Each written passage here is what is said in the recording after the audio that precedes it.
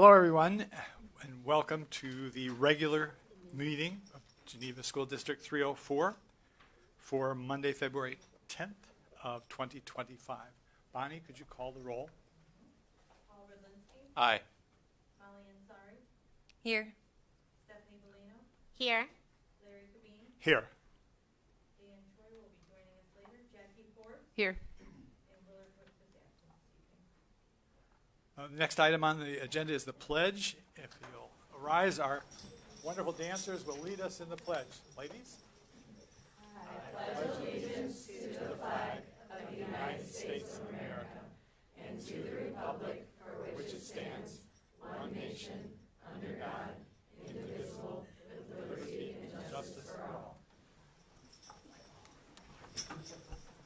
Thank you. There is an attendance sheet in the lobby. If you wish to register your attendance, please sign that. And really, until Dan calls in, we're hold on that. So we have one board member who will be calling in shortly, and we'll vote to have him come in at this time. Yeah, we can vote now, I think. Yeah. So do we need a motion? Yes. Okay, a motion to allow Dan Choi to participate in the meeting remotely. So moved. Second. Molly Ansari. Aye. Stephanie Bellino. Aye. Jackie Ford. Aye. Paul Redlinski. Aye. Larry Kabine. Aye. Okay. So now Next- when he calls, he can join us. Right. Okay. Next item is the approval of minutes for the regular session, January 27th of 2025. Bonnie, did you get any corrections? No. Does anybody have any corrections at this time? Motion to approve? So moved. Second. Stephanie Bellino. Aye. Jackie Ford. Aye. Paul Redlinski. Aye. Molly Ansari. Aye. Larry Kabine. Aye. Item 3, recognition, awards, presentations, and public hearings would be there. The first part of that is the Tradition of Excellence GHS Students Dance Team. We all know what you did, and we're very proud of you. I'm going to be personal for just a second and do a bad thing. My daughter was a professional dancer for 15 years and earned her living and traveled all over the world. It is possible, parents, to teach your daughter well enough to dance to make it an actual cash-paying job. So I know the odds are not good, but if you're really dedicated, it is possible. So what you started is something that will help you for your life. So I think after that, you'd like to say something, and I'm sure Tom would like to say something. I just want to welcome Mr. Rogers to honor some really awesome students here tonight. So, guys, the board is going to come around, and after Mr. Rogers brags about you for a little bit, you'll get to come up and shake hands. And, well, you guys know what to do, for goodness sake. This is old hat. For the freshmen, you'll have to just follow the leader. But to refresh your memories, you're all going to go up as your name is called and start over there with Mrs. Ansari on the left-hand side, and you work your way to the right, and then we're all going to gather as a team in front of the white screen for a bunch of photos. Okay?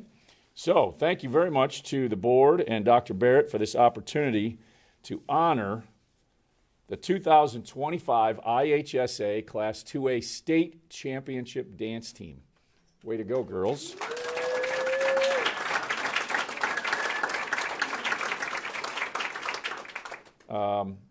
The girls competed in the state finals at Grossinger Motorsports Arena in Bloomington on January 31st and Saturday, February 1st.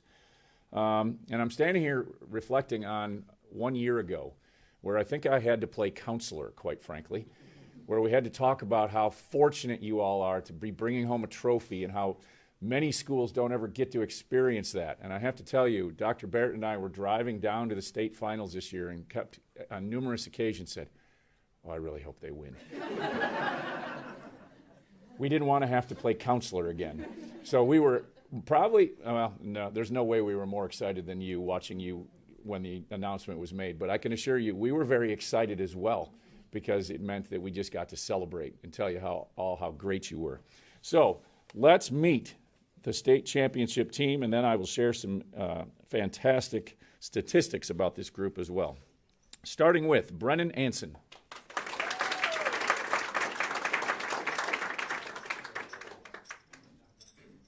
Larkin Coors. Avery Cook.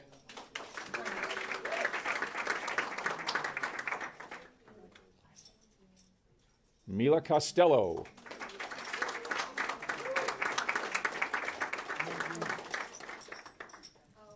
Reese Dahl.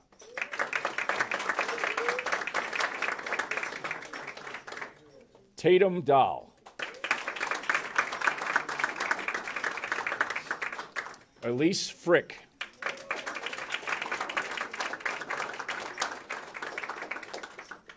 Sarah First.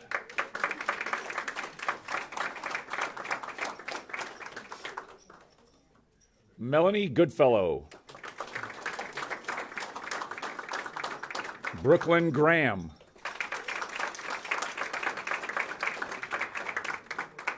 Stella Henley. Emily Johnson. Ava Curl. Yaslin Lopez. Miranda Meyer. Maisie Maki. Tatum Maki.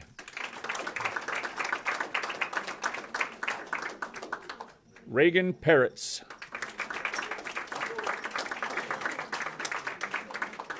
Avery Pruis. Rachel Wade.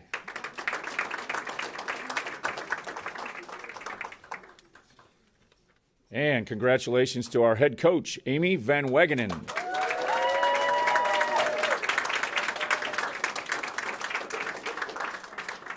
And joining us tonight, assistant coach Cassie Sneed.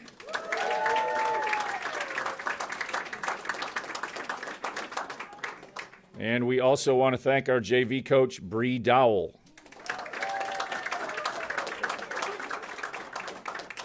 All right, so this group standing up here in front of us placed first in 4 of their 5 competitions this year. They took second place in the Duquesne Conference, but I pointed out at our pep rally the other day that second place came to Lake Park High School, who was crowned the 3A state champions. So, pretty good team to lose to. We earned a sectional championship for the 10th straight year and for the 11th time in the last 12 years at the Sycamore High School sectional. And we earned the 6th state championship in program history. And the girls earned a final score of 96.86, which is the 3rd highest state championship score in IHSA Class 2A history. Congratulations to these girls.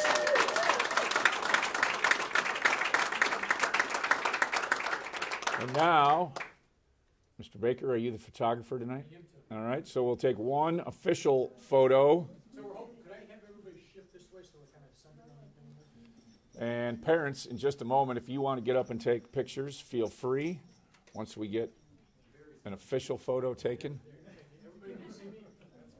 Okay, make sure yours isn't upside down, okay? It's always a great picture, everybody looking down at that thing, so, okay. Okay, there we go. Thank you, All everybody. right. All right, stay put. Parents, feel free. Any parents?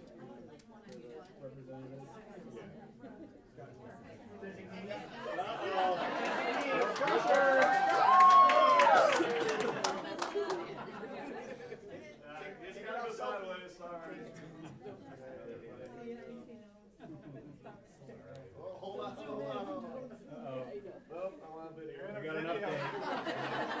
He's taking selfies.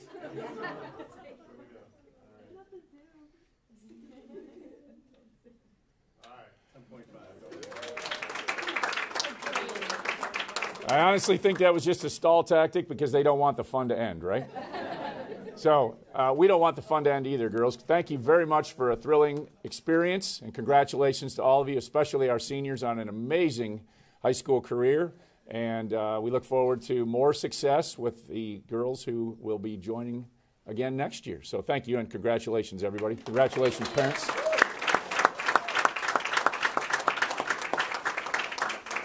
And now, not to be rude, folks, but we need to kick you out because we have an outstanding group of musicians we have to introduce next. So thank you all for coming, and we appreciate it. Thank you.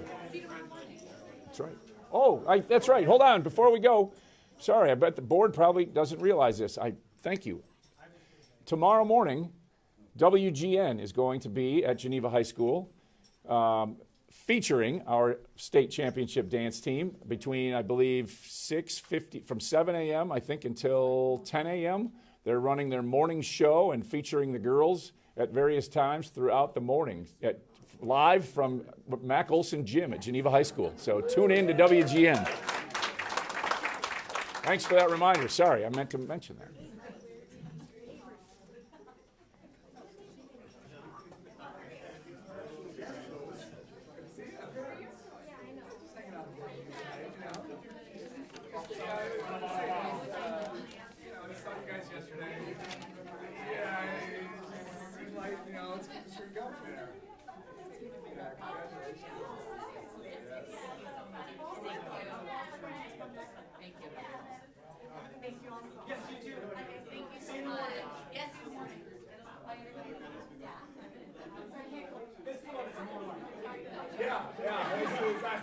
I walked in and I was just like, oh, what's the big topic today that I didn't know about, you know? Middle school math. Middle school math, yeah. All right. You're up next. I know, I feel like it's odd that we're standing here and like waiting for Exactly like the big Come on, buyers. Maybe Gene, me first. Yeah, see? Really good. I know, I'm like thinking. I would get there for like, you know the man.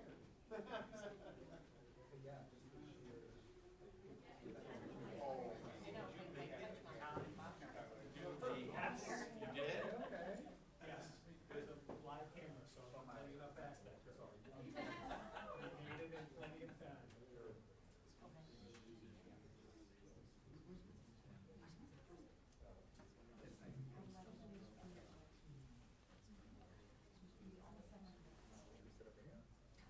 Okay.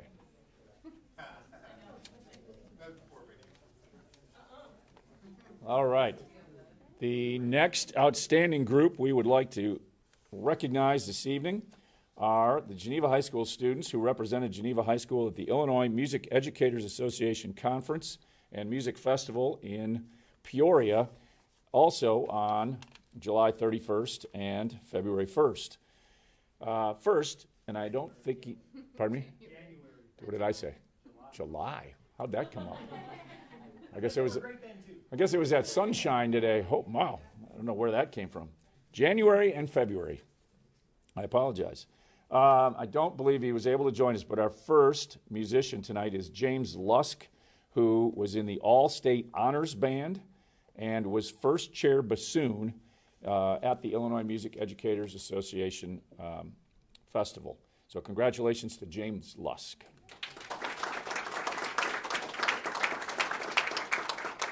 Next, Quinn Byer, who was in the All-State Choir.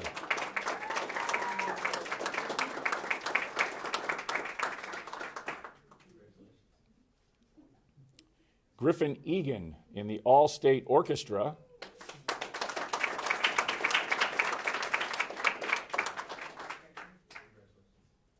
Griffin was first chair cello in that orchestra and also won 2 composition awards, and I will share more details about those awards here momentarily. Representing our orchestra in the All-State Honors Orchestra, playing the violin, was Vitaly Starkov.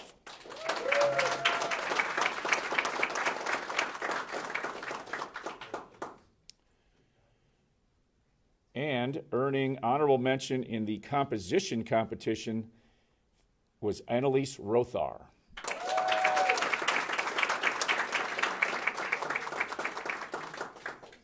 And representing our music faculty this evening is Mrs. Jessica Heinrich.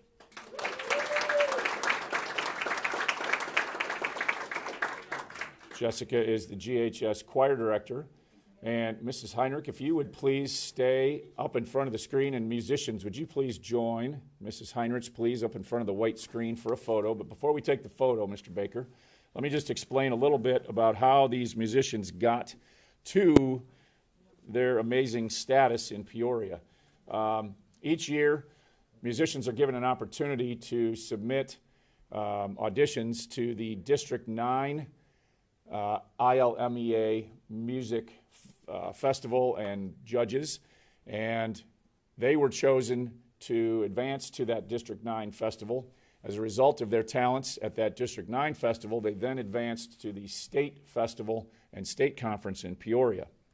I don't know if I mentioned it, but James Lusk was first chair bassoon in that All-State Honors Band. All-State Honors is the highest of ensembles, and then there's an All-State Band. So All-State Honors Band, and James Lusk was first chair bassoon, which, as I mentioned at the pep rally the other day, means that James is arguably the best bassoon player in the state of Illinois. Quinn was, as I mentioned, in the All-State Choir. Griffin Egan, as I mentioned, first chair cello in the All-State Orchestra, and then earned first place for two compositions that he submitted. I'm sorry, first place and third place. First place for an instrumental small ensemble composition, and third place for a keyboard solo composition. So congratulations to Griffin.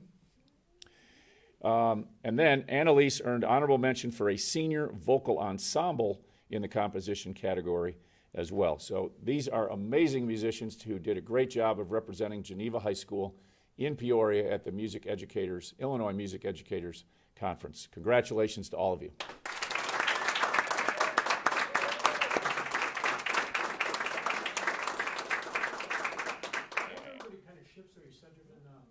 And while they're taking the picture, go ahead, Mr. Baker.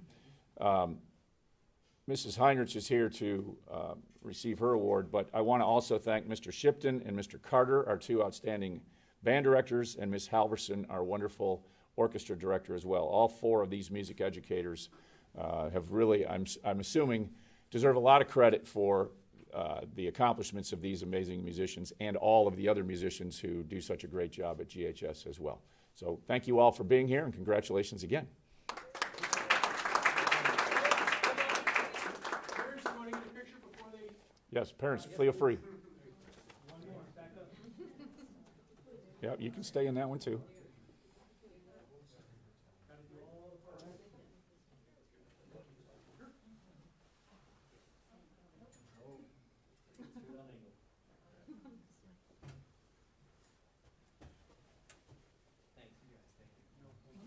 One more. All right. Oh.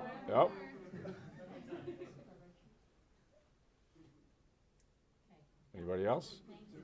All right, and as promised, you may now depart. You do not have to stay. Thank you. Thank you for taking the time to acknowledge them like that. Oh, you bet. Yeah, much appreciated. Very worthy. Thank you, board, for allowing this time to happen. We appreciate it. You gotta listen to me next. This is the best part. Yeah, no.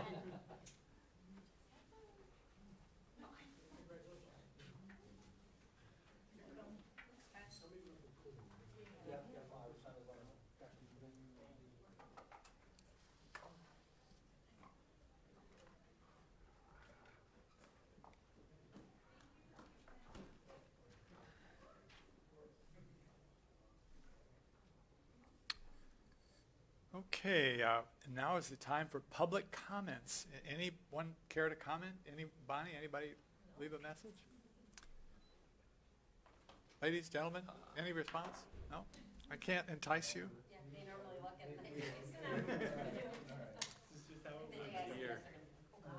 the All right. Item 5, legislative updates. And just a little while ago, I heard Jackie say she didn't have any. Is that true? Yeah, no report tonight. Thanks. Thank you, Jackie. Superintendent's report. I bet he's got something. I do. Just a few quick things. I do just a few quick things this week, in addition to the reminder to push the button when you want to talk on the microphone, because we keep messing with that. But I think we've got the right strategy now. Oh wait, here we go.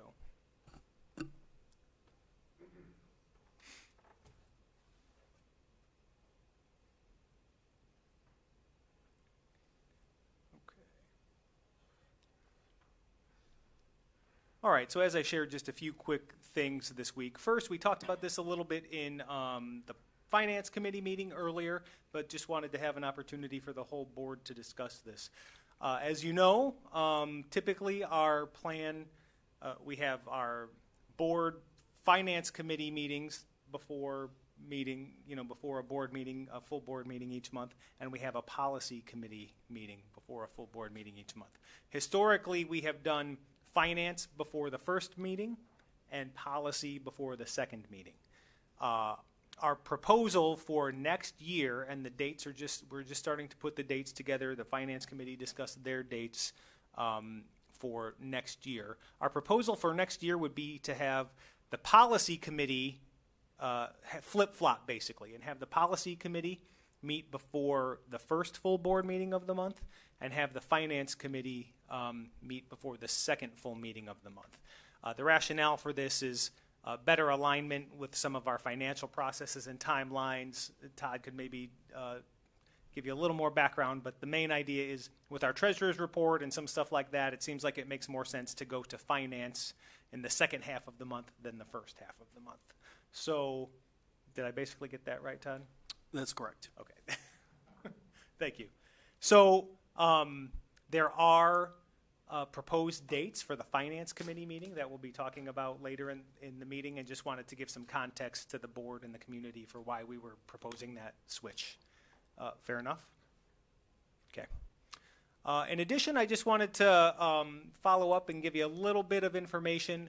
We talked about two of the big steps that we needed to accomplish this year as part of kind of that enrollment and staffing goal with our strategic plan, is looking at our demographic study and looking at a facility capacity analysis. We looked at the demographic study earlier this year and got a lot of good information from that, and the facility capacity analysis is well underway.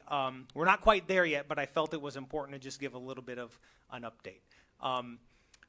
We're continuing to gather data, both looking at our numbers in the district, but really it's working with our architect who's been able to take a deep dive with our administrators and go through all of our buildings and make sure we're getting an accurate reflection of how our buildings are being used now. Remember, one of the things we talked about that was so important was understanding that there might be technical numbers that the state might say, here's how many kids could fit in this building or that building, but that may or may not be an accurate reflection of how we're actually using our buildings when you think about specialized programming or unique professional roles that we have and things like that. So that's where that data gathering piece comes. We've gotten a preliminary draft report, and we're reflecting on that right now, taking a look at that and seeing what that tells us.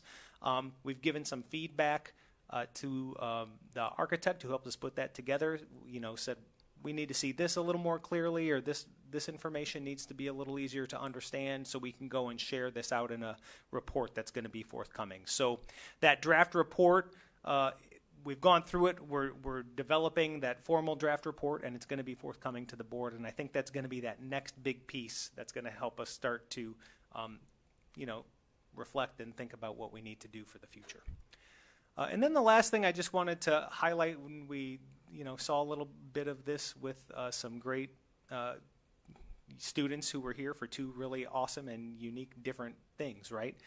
This is our mission and vision and values, and a lot of what we talk about here at board meetings for appropriate and correct reason is about the knowledge that we're giving our kids. And a lot of what we talk about is excellence and performing at a high level.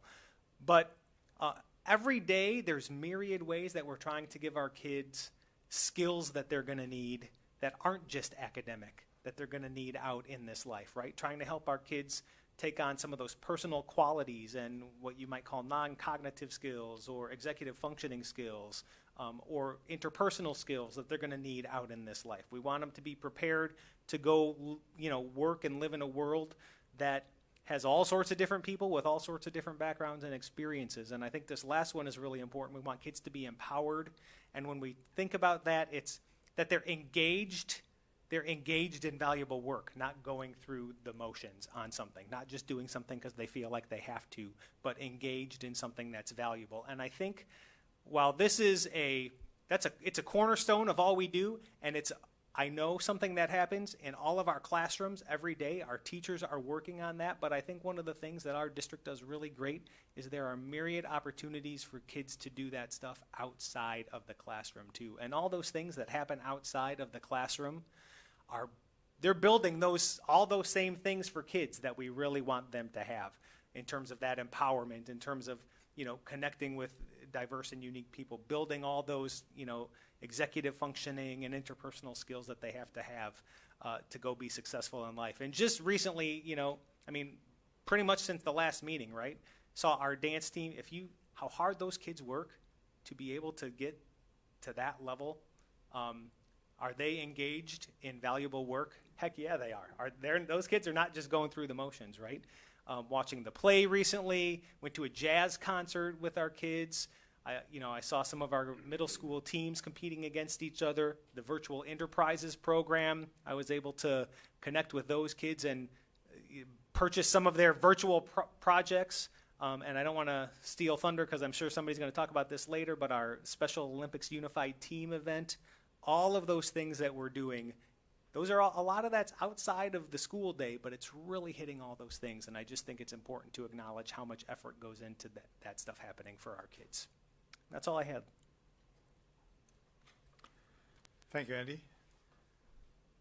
Next item, 7, board dialogue topics and pending action consideration. One item there, the 25-26 board meeting calendar draft. I watched earlier as the committee approved it. Is there any chronological reason why we can't go ahead and approve this situation, or are there any questions? Just a quick question. Is this the board meeting calendar for the full board, or is this the finance meeting calendar? The full board. This is the full board one, yeah. So if there are no questions, a motion to approve? So moved? Second. Aye. Aye. Aye.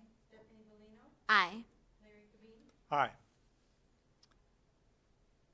Item 8, work study topics and future action. Oh, wait a minute. Yeah, one is the 25-26 preliminary resource adoption, and Assistant Superintendent Sims. Thank you very much.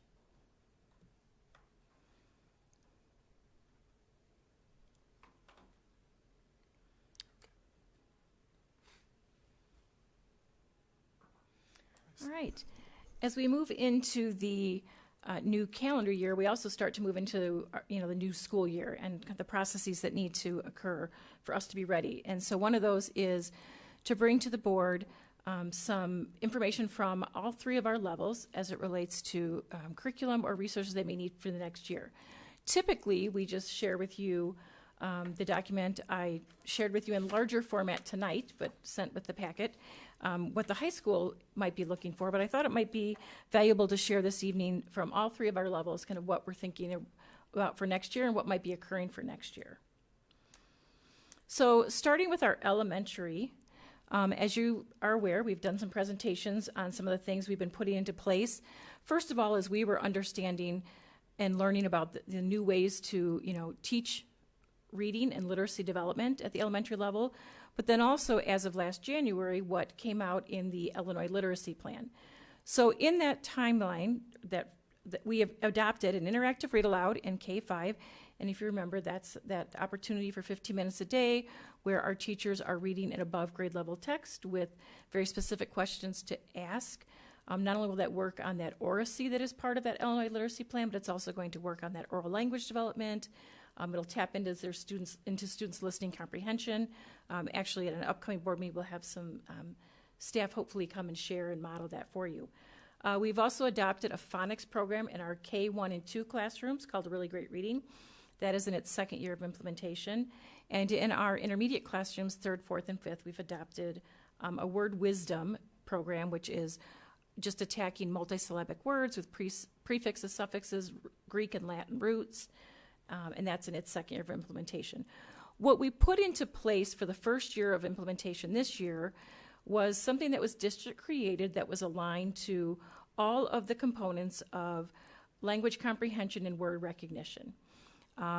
We got feedback after the first few iterations of that, and at this juncture have decided that we're going to halt on that, and actually next week on the 20th, we have a number of external resource providers coming in to meet with our elementary literacy committee and share information about their programs, and we may shift to that way of thinking and adopt a curriculum that is already created in lieu of trying to create something ourselves. So wanted to share that. That, however, would not be officially adopted until the 26-27 school year, because we would select by the end of this year to pilot next year, to then come to the board about this time next year with, seeking approval for adoption, and then would implement that following year with PD for all staff.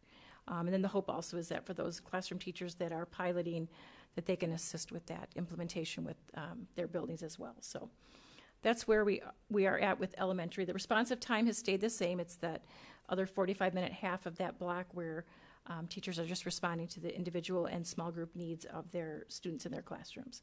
So I thought it would be beneficial just to give you an update on that. Can I ask a question about Absolutely. that? So we were going to develop our own, is my understanding, and we're not going to proceed with that. At this point, no. I mean, that may, And once we look at all these, if we don't Right. find something, we could potentially go back to that, but more than likely, no. And we're not going to implement something new until the 26-27 year, sorry. not Correct. season. So what do we do in between? So the Are interim- those kids that are there Yep, are getting the great question. support that they need and not falling behind? Yeah, so in the interim, what we've let teachers know is they can continue to do what they have done in the past.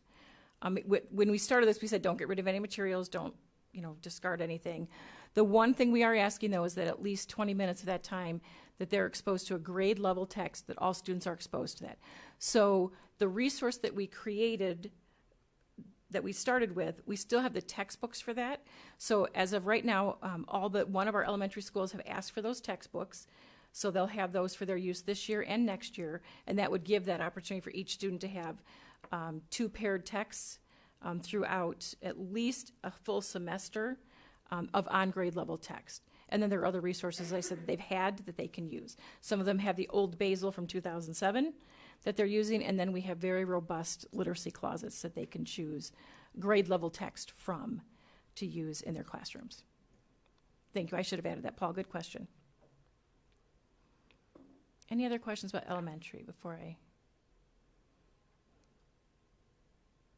Okay. Middle school, actually, they are just replacing some worn out novels. These are novels that were previously approved. So 6th grade needs to replace some of their, and then there were none and no promises in the wind. And 7th grade is asking to replace some worn out copies of The Outsiders. 8th grade did not have any replacement text this year. And then the middle school engaged in a review of their pro-social emotional curriculum, and had they selected something other than what they ultimately selected, we would have been coming for an approval for a new curriculum. But this is actually a curriculum that we have had in the district for several years. They're just going to move to the online version of it instead of the hard copy version of it. So they'll be using the second step curriculum. So they're just going to switch to that. And then the high school. So I'll pull up the document to go over each of their requests or considerations. But basically, for them this year, they're just looking to update some text. Most of that is out of their control. It's either an AP course that adopted a new textbook, or a dual credit course that adopted a new textbook. We're rolling up some previously approved resources, in particular in our world language departments, and then also some additional resources for some previously approved courses. So, okay, hang on, I got a F7. Sorry, you gotta look at my big old photo. It was a great day. Wonderful day. Okay. So the first thing that they're asking for consideration on are some additional texts for the English 4 mythology course. As you will recall, that is a level 4 English course that they added a few years ago, and they decided at that point that they would add text as the course grew and as enrollment grew in the course. And so there are 3 different sections of that course students can take. And so in the mythology course, they're looking to add 3 texts this year. Circe, the King Must Die, and the Tane. I hope I'm saying that correctly. That is one I am not familiar with, so it'll be interesting to talk to the teacher about that book. And so again, that is just an idea, or that is just for them to continue to analyze the Greek myths, to identify those key concepts of rhetoric, and then also to tie that into some of the other readings that they do. So for example, in a previous course, they would have perhaps read the Odyssey or some other books, and the play Medea, so they can have those texts to go along with that course. Bless you. Biology. This again was one of those examples of this was a previously approved course and textbook, obviously course and textbook, but the 6-year online license is running out, and so we need to renew that for an additional term of 6 years. So students have both the online and the textbook copies. And the online version, the other reason that that's important is there are some virtual labs that they have access to on that platform. So here's an example of a dual credit course where the textbook has changed. So College of DuPage for the science course that we offer there, their new book is Urban Farming, Sustainable City Living in Your Backyard, in Your Community, and in the World. So I'm not sure I could find out if that's just because it's a newer edition of the book or if they've changed the book altogether. I'm guessing maybe by the date that they've perhaps selected a different book for the course, but I could follow up on that and get back to you on that.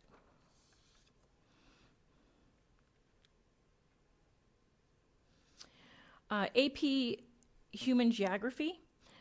When this course was initially added to the program of study or the course catalog, the idea was that they would just get classroom sets of the textbooks and students would just use the books while they were in the classroom. However, as we move into year 3 of this course, year 2 of this course, they are feeling that they actually need, as they do with other books, students to be able to check this book out from the book room and have it in their possession for the time that they're in that course. Because what has happened is students want to take the book with them for homework, and then when the next course or next class comes in, there's not enough text. So they're asking for additional copies of that book. Our English 4 course in the SLC would like to add the graphic novel To Kill a Mockingbird.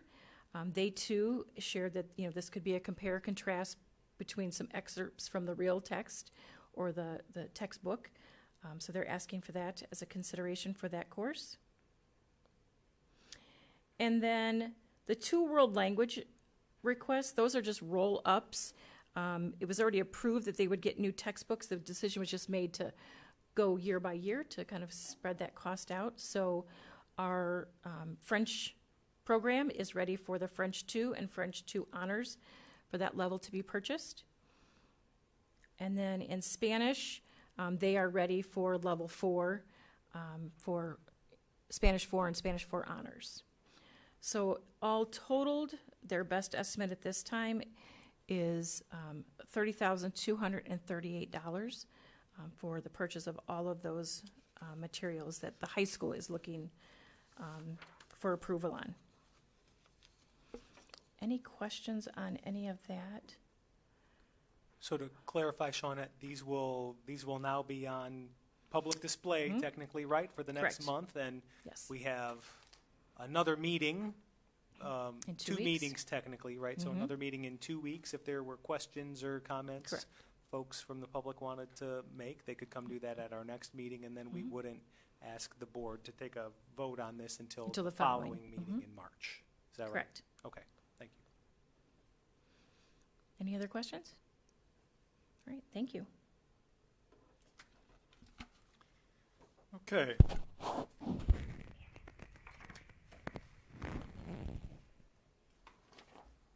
For information only, 2 items, board meeting presentation schedule and FOIA requests. We've seen that in the board book. There's no discussion required, but if anybody has any questions. Item 10, the consent agenda, my favorite, as you know. Personnel report, resignations, retirements, leave requests, changes in assignment, full-time equivalent, new hires.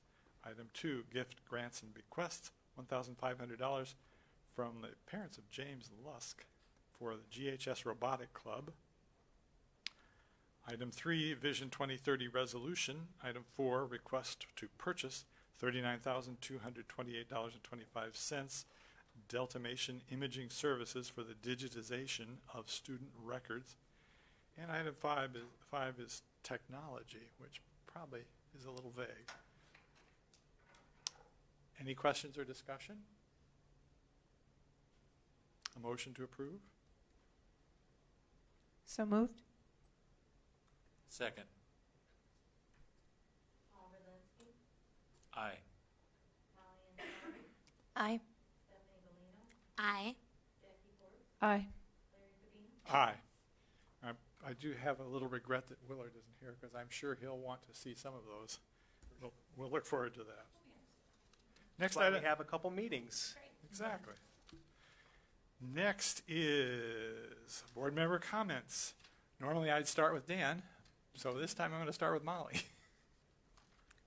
I don't have too much. I would just say a very big congratulations to our dance team. I saw the video of the routine and had that song stuck in my head for days after, Sweet Dreams.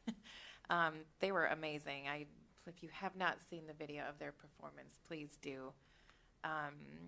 We have a technology task force meeting coming up. I did attend the health insurance meeting with some GEA members, which is always great to really dive into the details on health plans and coming together to make decisions. And other than that, I think that's it. Thank you. Paul? Yes, not so much here. I want to congratulate the theater club for the successful production of Little Women last weekend. Also both the dance team and also our musicians that did so well in their various competitions that they were in. Thank you. Steph? Yeah, I also wanted to congratulate our dancers. I think that you could see during each of the football games when they would be out on the field, like the first game, I was like, oh, they're winning state this year. And like, they just look that good each and every week. And that's fast choreography that they're learning. So of course, what they got to spend a lot of time on, they really got to do very well with. And then congratulations to our musicians. You know, the thing about our musicians, we have a very big music program throughout the whole school, and those musicians work the entire year and are embedded in everything that the school does. They play at football games, basketball games, they're at pep rallies, they do these competitions, they play in the musical. It's just kind of a good integration of a lot of different interests, so I love to see that. And thank you to the musicians who are here. Like, congratulations for a great job and true dedication to their art. I got to attend Little Women last weekend. The theater program did a wonderful job putting on a great play and a great production, and now they're headed into auditions for Seussical, so stay tuned for more information on tickets for the spring musical. That's always an exciting time. And then I also was able to attend a middle school music ensemble competition that they had this weekend. So one thing that our students get the choice of doing in our middle school music programs is to work together with other students, whether it be their same instrument, a different instrument, or in this case, I got to see some of our choir students do group ensembles and do solos. And they work for, a couple months and sing a song and then go stand in a tiny classroom in front of a bunch of parents and a judge and then perform. So it's just a really good experience for our students to get to do that in a little bit of a different way. And I know our choir students at least all got first place in that, like ranked first place. So nice job to them as well. Thank you. Jackie? Yeah, also want to echo what everyone else said about our dance team and our ILMEA students and their honors that they received at that competition. It's wonderful. One thing I wanted to talk about tonight was I did get to attend the Unified Vikings game along with Larry and Dr. Barrett, and I was the proud winner of one of the raffle baskets. I got a signed picture of all of the team members, which is wonderful, and then also